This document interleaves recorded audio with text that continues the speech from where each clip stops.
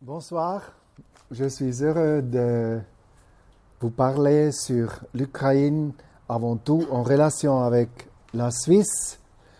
La dernière fois que j'étais dans une discussion un cercle un peu pareil, c'était très suisse le thème la paix du travail.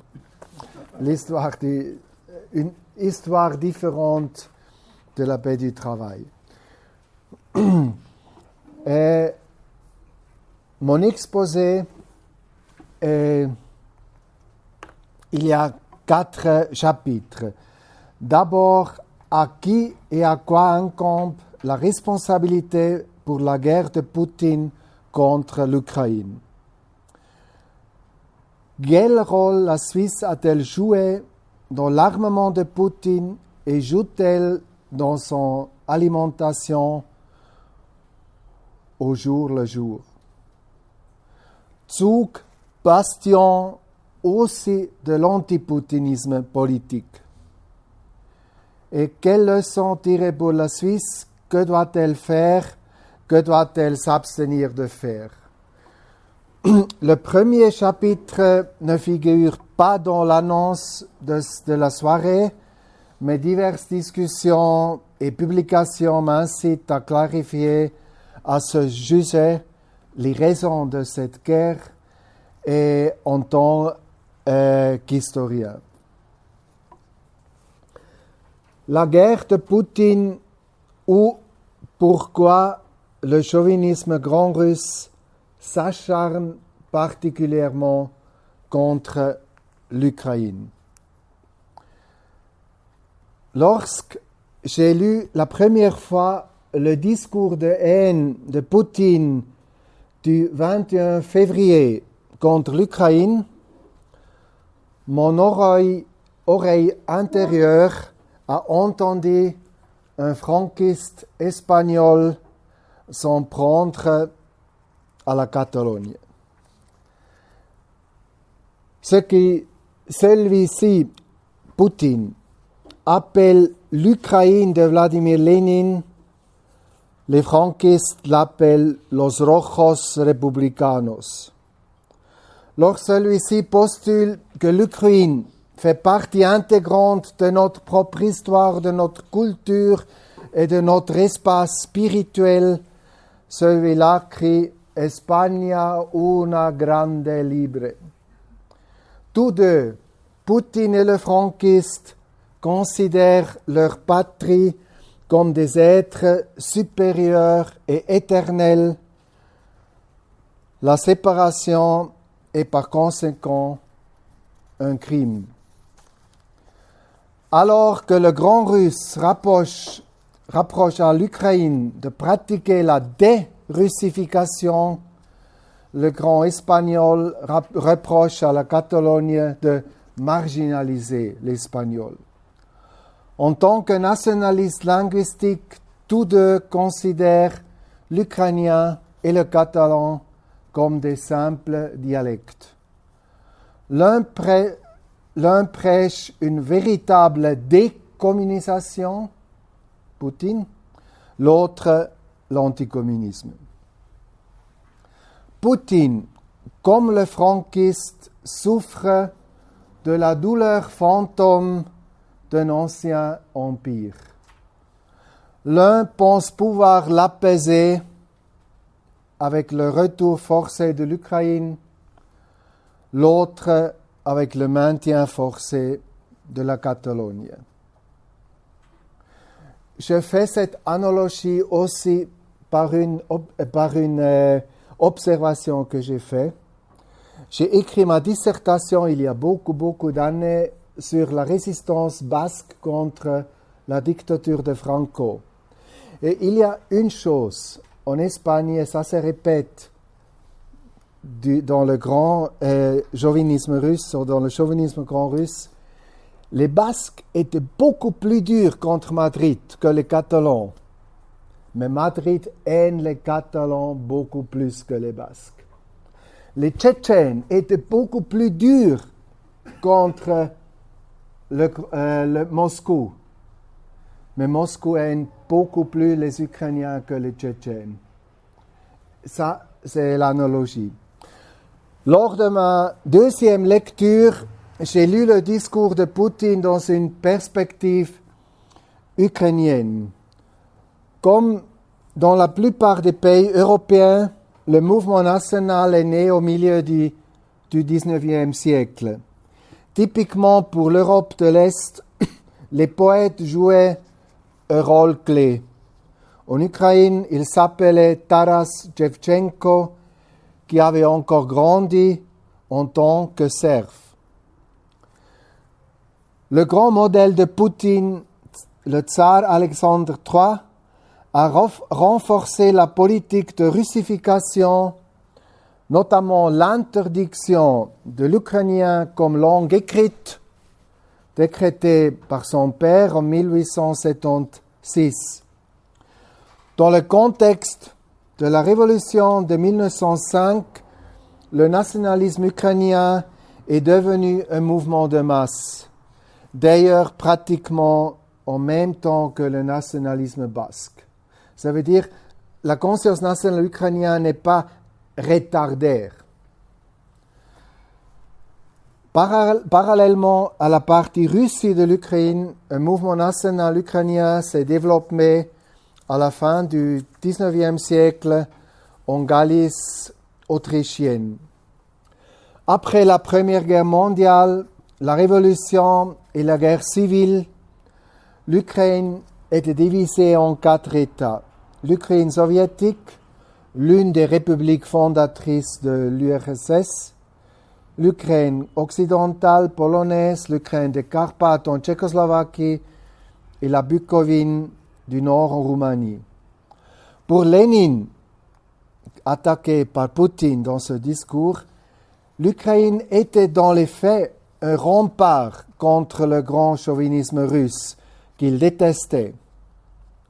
La faiblesse de son concept fédéraliste qui accordait le droit à la sécession, aussi mentionné par Poutine, ne résidait pas dans le concept territorial, mais dans le système du parti unique. Celui-ci exclut en fin de compte le partage aussi territorial du pouvoir. Mais dans les années 20, l'ukrainisation linguistique et culturelle de la République soviétique a exercé une grande attraction, surtout sur les majorités paysannes des 3 autres régions de la grande nation ukrainienne. La situation changea brusquement à partir de 1929 avec la collectivisation forcée stalinienne qui poursuivait en outre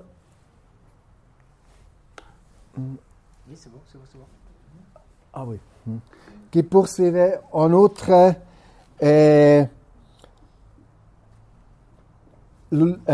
l'Ukraine comme objectif vieux tsariste d'éradiquer toutes les particularités et traditions ukrainiennes. La combinaison de la famine d'origine économique et de la famine d'origine politique a coûté la vie à au moins 4 millions de personnes. L'Holodomor en ukrainien mis à mort par la faim est le témoignage le plus dramatique de l'hostilité abyssale du chauvinisme grand russe envers la nation ukrainienne. La partie soviétique de la population ukrainienne a été gravement traumatisée. Dans les 3 autres parties, la gauche a perdu beaucoup d'influence.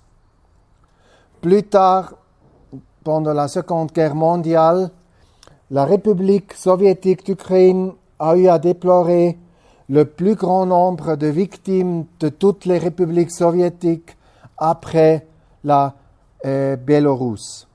7 millions, soit un 6e de la population, ont perdu la vie.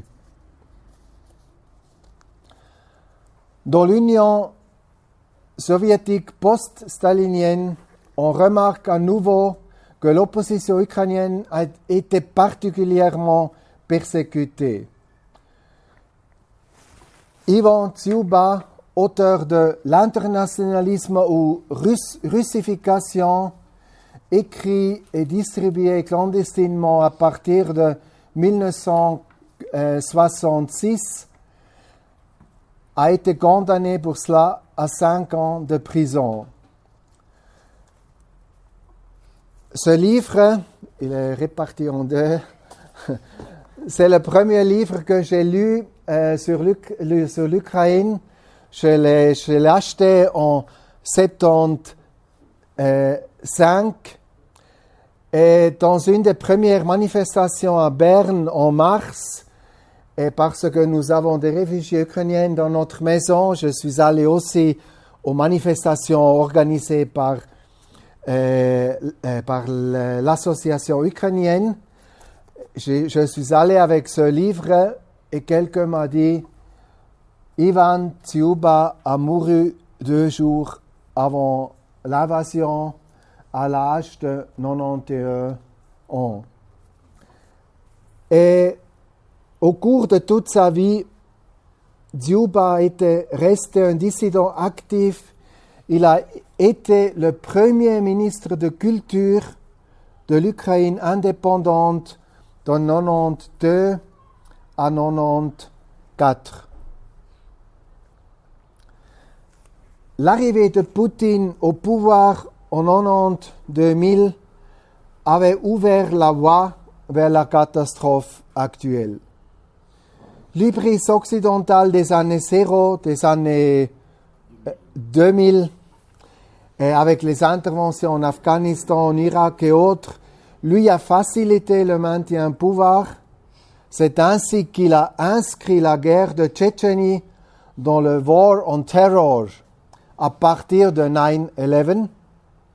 Lorsque Poutine a reçu un prix de la paix le 12 octobre 2002 à Zug, je reviendrai à ce thème, l'ambassadeur américain à Berne était aussi dans la salle, a participé aussi dans le gala pour le prix de paix pour Poutine, dans la 4e année de la guerre de Tchétchénie.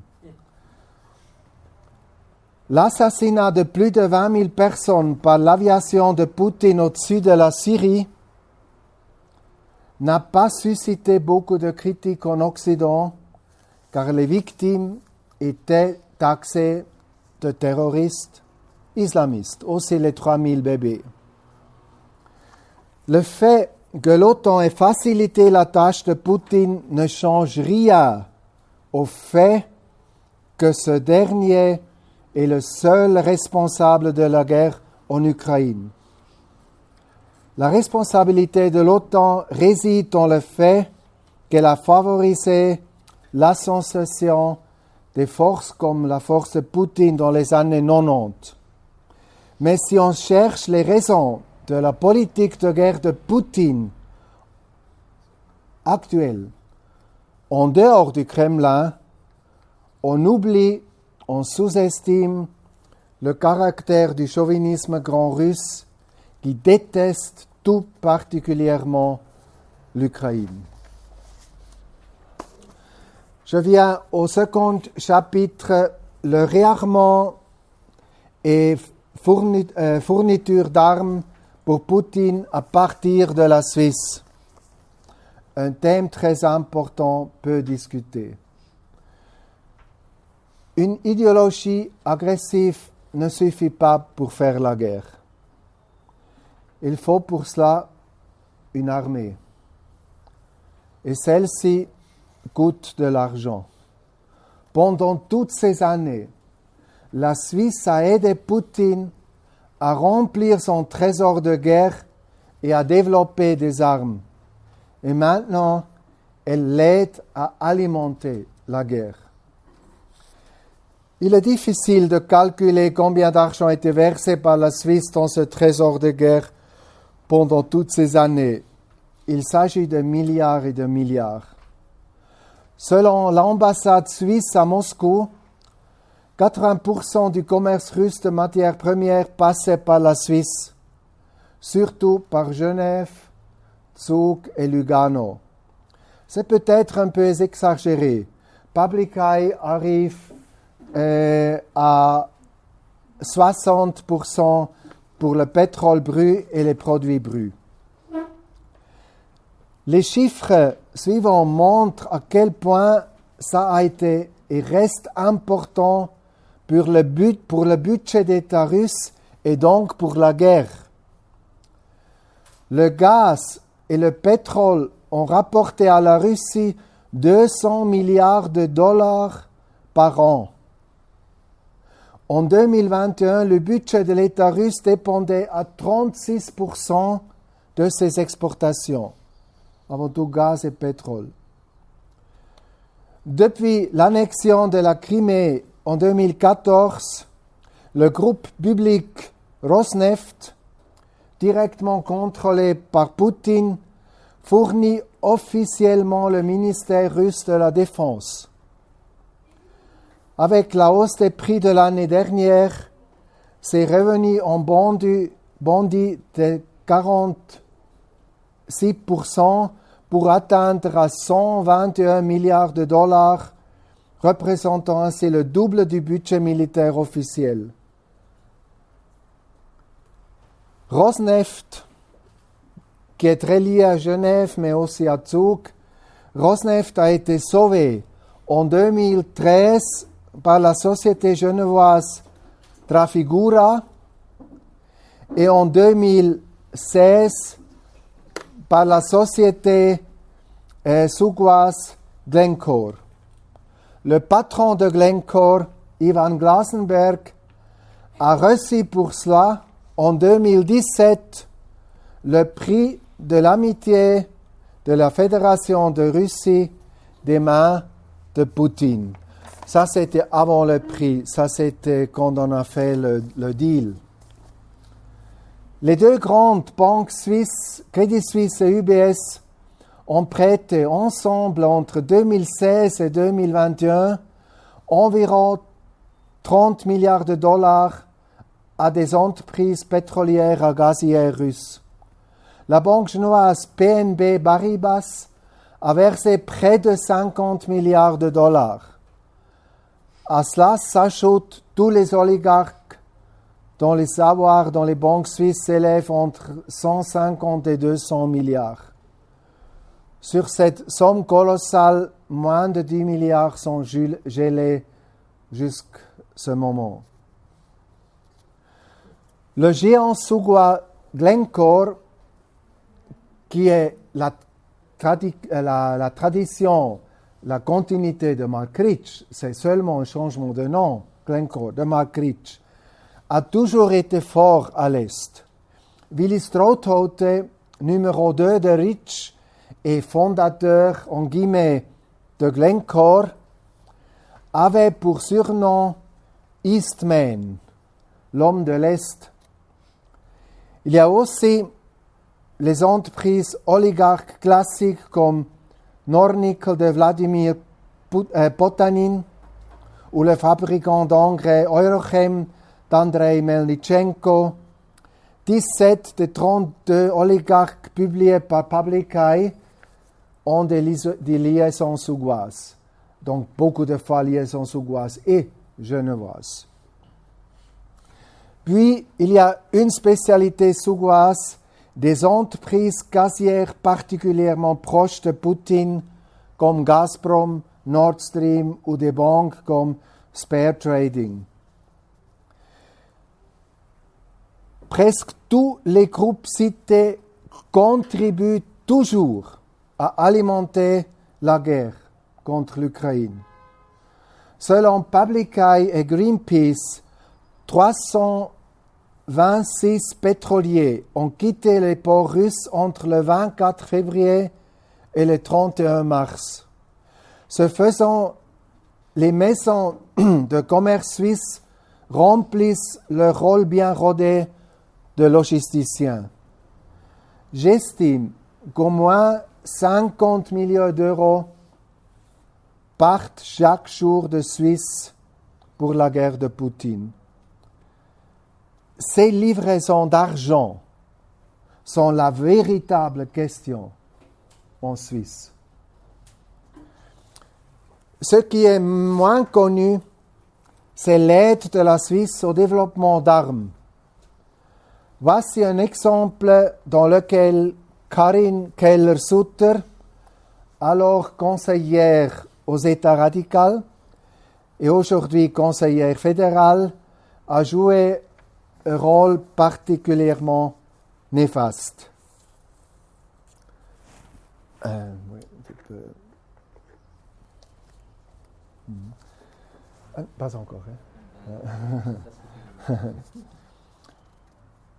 En 2015, dans le cadre des sanctions contre l'annexion de la Crimée, le secrétariat d'État à l'économie SECO a interdit l'exportation de machines-outils car celles-ci seraient utilisées en Russie à des fins militaires.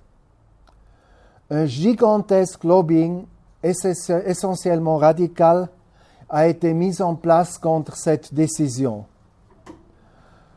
Outre les entreprises concernées et leurs associations, la représentante du canton de Saint-Gall, Mme Keller-Sutter, et le chef du département de l'économie, Johann Schneider-Ammann, étaient les principaux protagonistes. Keller-Sutter a déposé en décembre 2015 une intervention pour faciliter les exportations dual use.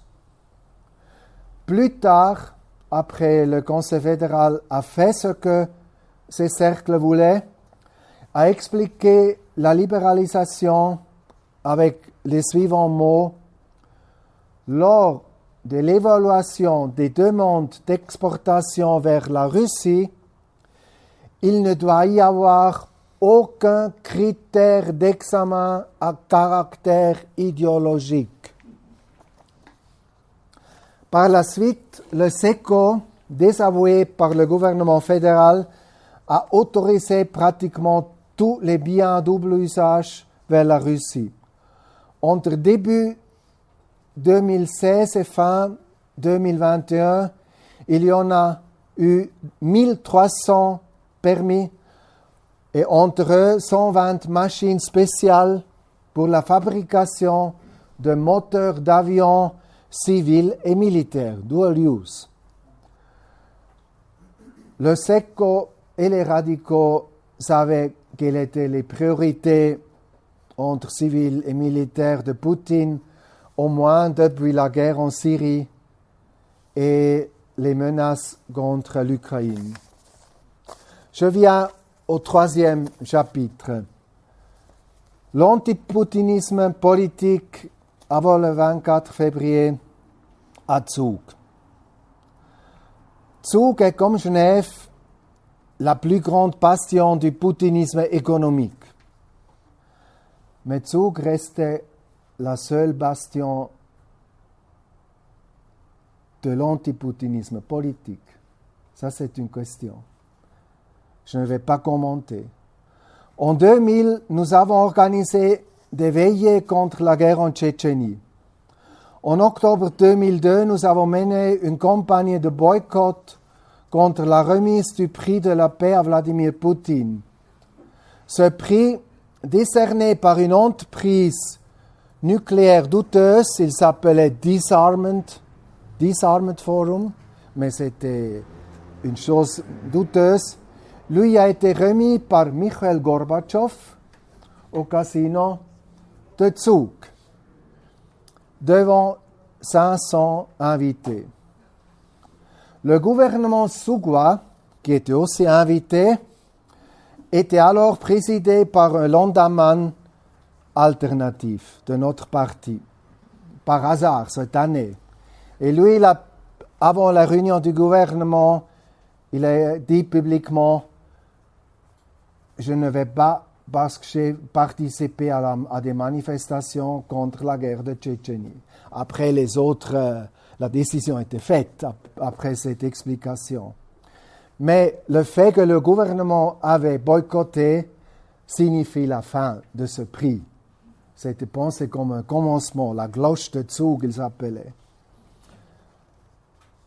Plus tard, nous avons appris que c'était clairement une opération Poutine. Il y avait aussi des autres qui ont reçu un prix de paix. Desmond Tutu, de l'Afrique du Sud. Et Ted Turner, le fondateur de CNN. Un patriarche russe, pour ça le photo ici, je ne sais pas le nom, je n'ai pas la tête. Il y avait une autre personne. Mais évidemment, c'était une opération pour Poutine. C'est le nom qu'on a appris 3 jours avant. Et plus tard, nous avons appris que c'était lié à une décision du Kremlin d'aller à Zug. Plus tard, ils sont allés. Poutine n'est pas venu, mais ses entreprises sont venues un peu plus tard.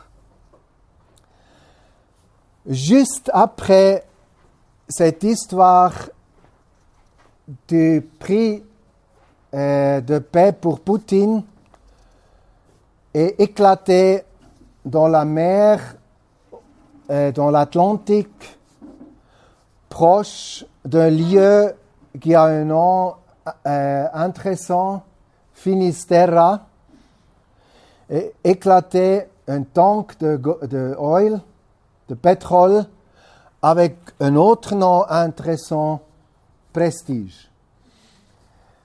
Ce tank foutu, déjà avant, appartenait à un oligarque moscovite, Michael Friedman, qui avait son entreprise à Zug. Et nous avons fait une campagne dans le Parlement, mais aussi dans la rue.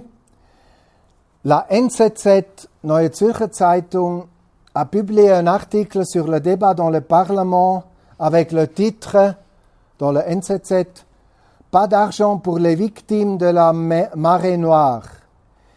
Et c'était une motion de nous, des alternatifs. Et le NZZ explique « Gerhard Pfister, aujourd'hui le grand aideur, dans les mots, à l'Ukraine, a dit, à l'époque il était président du parti cantonal, si on accepte une motion comme ça, donner de l'argent aux victimes de cette catastrophe, c'est une mise en danger de la place de Zug pour le négoce des matières premières. Très fondamentaliste. Quelques années plus tard, Pfister, devenu entre-temps conseiller national, avec moi, nous les deux étions élus au même moment, est revenu sur cette catastrophe maritime et d'autres lors d'une conférence devant le Lions Club. Il disait « Nous recevrons toujours des coups de bâton. » Maintenant, je le dis d'abord en allemand, parce qu'on ne peut pas traduire réellement. Wenn ein Tanker irgendwo auf der Welt absäuft, nous recevrons toujours des coups de bâton si un pétrolier fait naufrage dans le monde et que son entreprise a son siège à Zug. Nous serons toujours, il a dit en anglais, the bad guys, les mauvais garçons. En janvier 2003, nous avons organisé, en solidarité avec les victimes de cette catastrophe, la plus grande manifestation de l'histoire de Zug. Le principal affrontement entre forces bourgeoises et nous, le PS s'est toujours mis à côté, a eu lieu en 2006 après que le complexe Gazprom a atterri à Zug en décembre 2005. Nous étions électrisés et alarmés par le fait que le chef de Gazprom européen était un vieux chef de la Stasi allemande et que l'homme suédois qui représentait une partie de ces entreprises avait été l'homme des entreprises qu'avait la Stasi à Zug. Zug, dans les années 80, était un centre de l'approvisionnement de high-tech, par exemple, pour écouter l'opposition. Et ça nous montrait derrière, c'est plus que commercial, ça c'est stratégique. Derrière, c'est le Kremlin, parce que Poutine était en RDA pour le KGB dans les années 80. Et Warnig, il apparaît dans le fameux film de Navalny, le Palais. Il joue un rôle important de ce film. Alors, nous avons lancé une forte campagne intitulée « Les alternatives se distancier des sociétés de Poutine ». Aussi, Gerhard Pfister a pris ses distances, mais pas des entreprises Poutine. Il nous a attaqué très sarcastiquement de parler de la mafia russe. Nous l'appelions, ces firmes, la nouvelle mafia russe, parce que dans les années 90, il y avait la vieille mafia russe qui voulait s'imposer à Zug. Au cours des années depuis 2006, nous avons fait seulement devant le Nord Stream, qui était l'entreprise la plus importante, 40 actions de protestation. Les dernières avant la guerre, en février 2021, depuis la guerre, on a fait des autres, avec les deux revendications, arrêt du Nord Stream 2 et libération de Navalny. La première exigence était satisfaite, Nord Stream 2 ne se fait plus. La seconde pour être satisfaite si Poutine perdait la guerre. Peut-être une explication à ça. À gauche, vous avez notre communiqué de presse du 6 janvier 2006. Et dans ce communiqué de presse, Pfister s'est distancié. Nous parlons aussi de l'Ukraine. C'était après la révolution d'Orange et après le punissement de la révolution par Poutine avec la politique de gaz. L'Ukraine avait un hiver très froid derrière. Et oui, c'est ça. Tu peux la suivante? Oui. Ça, c'est une action Stop Nord Stream 2, libération de Navalny. Aujourd'hui, quand il y a les discussions à Zug, personne de ces gens qui ont lutté contre Poutine pendant toutes ces années, et aussi les jeunes qui ont commencé il y a 2-3 ans, aussi avec le mouvement de climat, et s'intéressent pour une discussion qui est beaucoup plus forte dans les autres parties du pays, où on n'a pas la même tradition d'antipoutinisme. La question, s'il faut la livraison des armes. Et la question est très simple. À Zug, on a la pratique de discuter sur ce qu'on peut faire à Zug et en Suisse. La Suisse ne peut pas livrer des armes. Et se casser les têtes pour ce que peuvent faire des autres pays, ce n'est pas très pratique si on veut mobiliser des milliers de gens. Et pour exemple, moi je suis actif dans le GSSA. Il y a les deux sensibilités. Je dis toujours, chacun de nous a deux armes dans le poitrine. Une arme dit, livrer des armes, on est contre les armes. Mais pas livrer des armes. On ne peut pas laisser l'Ukraine seule dans la lutte contre Poutine. Moi, je m'incline vers la deuxième position, des autres vers la première position, et on a décidé, on se concentre sur ce qu'on peut faire en Suisse, lutter contre l'alimentation de la machine de guerre de Poutine qui se fait chaque jour. Dans le zoo, on parle de tägliche Fütterung. nourriture quotidienne. Le seul qui parle à Zug de munitions, de livret des armes, c'est Pfister. Mais quand Pfister parle de munitions à Kiev, il pense à des fumigènes pour Zug et pour lui-même, qu'on ne parle pas sur l'argent qui est envoyé de Zug. Il y a une semaine, dans le Parlement cantonal, il y a eu un débat très dur. Le groupe alternatif a demandé, c'est fort dans le Parlement, 12 sièges de 80, a demandé que les recettes fiscales provenant des entreprises et des personnes liées à l'État russe soient utilisées pour l'aide humanitaire et la reconstruction en Ukraine. L'UDC a voté non, les radicaux ont voté non, les Verts libéraux ont voté non, et le Parti de la solidarité avec l'Ukraine, dans les mots, a aussi voté non. Le centre. Je viens au dernier point.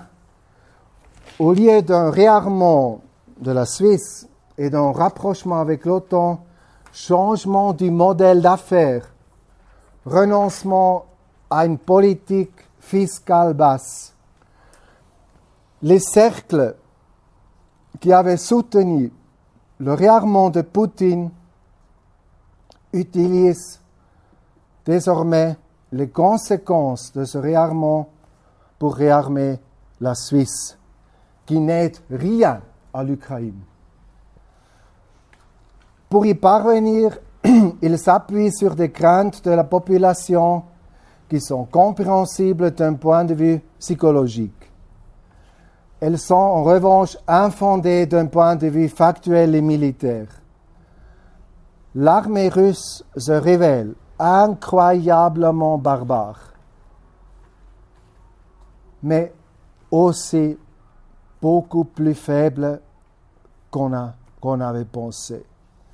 Mauro Mantovani, enseignant à l'Académie militaire de l'EPFS à Zurich, a déclaré à la NZZ pour parler, c'est un militaire, il était dans le renseignement suisse, un des penseurs sécuritaires en Suisse.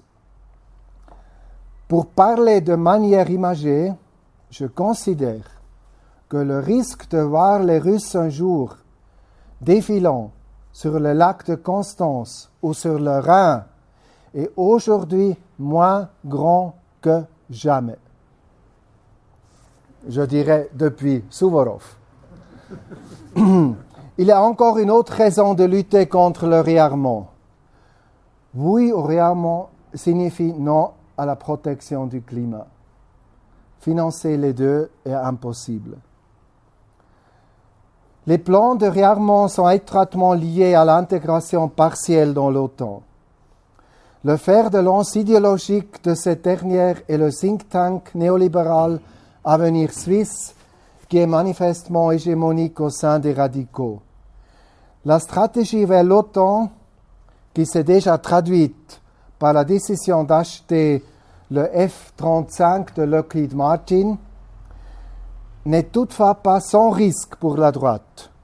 L'UDC ne peut pas y souscrire à moyen terme. La division des bourgeois nous avait permis dans les années 2000 d'empêcher des interventions de l'armée suisse à l'Afghanistan et à l'Afrique parce que les bourgeois étaient divisés. Comme ça, nous avons gagné la majorité pour éviter ça. Aujourd'hui, le débat sur l'OTAN sert surtout à détourner l'attention d'une question que la droite fuit comme le diable l'eau bénite. Le changement de modèle économique, comme le dit l'hebdomadaire allemand Die Zeit. À quoi ressemblera un tel changement dans un avenir proche? Mettre un terme à la politique de fiscalité au rabais et aux privilèges fiscaux, non seulement à Zug, Schwyz ou Bâle, mais également au canton de Vaud. Les groupes et les riches doivent payer leurs impôts là où ils font des bénéfices et génèrent des coûts. Très simple. Créer une autorité de surveillance du marché des matières premières. On l'a déjà sur les finances. En tant qu'autorité indépendante, elle pourrait, en surveillant et en réglementant les entreprises d'extraction et de négoce de matières premières ainsi que les raffineries d'or, apporter une contribution importante à la mobilisation de ressources pour le développement et la lutte contre la pauvreté dans les pays en développement riches en matières premières. Mettre en place une loi efficace et complète sur le commerce extérieur qui règle en outre le traitement des régimes qui violent les droits de l'homme et le droit international. Créer une task force chargée d'identifier et de bloquer activement les avoirs des oligarques. Dans ce cadre, il faut que le réseau des personnes sanctionnées, c'est-à-dire les membres de leur famille et leurs partenaires commerciaux, puisse également être examinée. Cette question peut devenir très importante quand il se traite de la construction, de la reconstruction de l'Ukraine. Registre public des véritables propriétaires d'entreprises, interdiction des sociétés boîtes aux lettres, obligation de diligence dans la loi sur le blanchiment d'argent, également pour les activités de conseil des avocats et avocates, le fait que c'est très difficile de geler les avoirs des oligarques, et ici, c'est tout caché à cause de cette loi. Et bien sûr, embargo immédiat sur les matières premières, en particulier le gaz et le pétrole. Important pour l'avenir immédiat, engagement pour la sécurité alimentaire mondiale.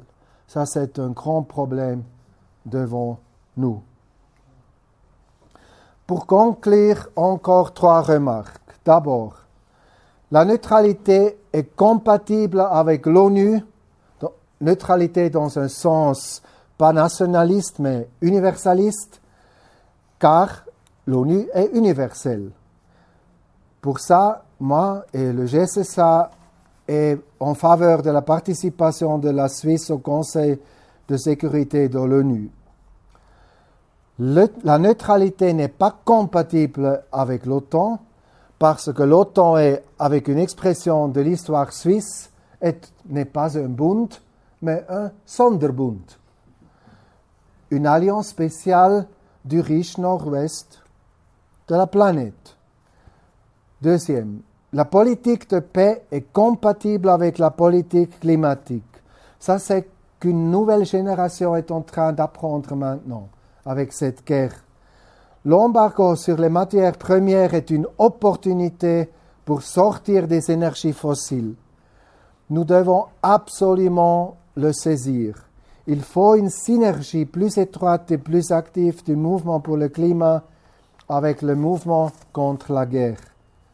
Et troisième remarque, il faut beaucoup de l'argent pour la reconstruction de l'Ukraine. En Suisse, il y a beaucoup de l'argent, aussi de l'argent russe. Merci.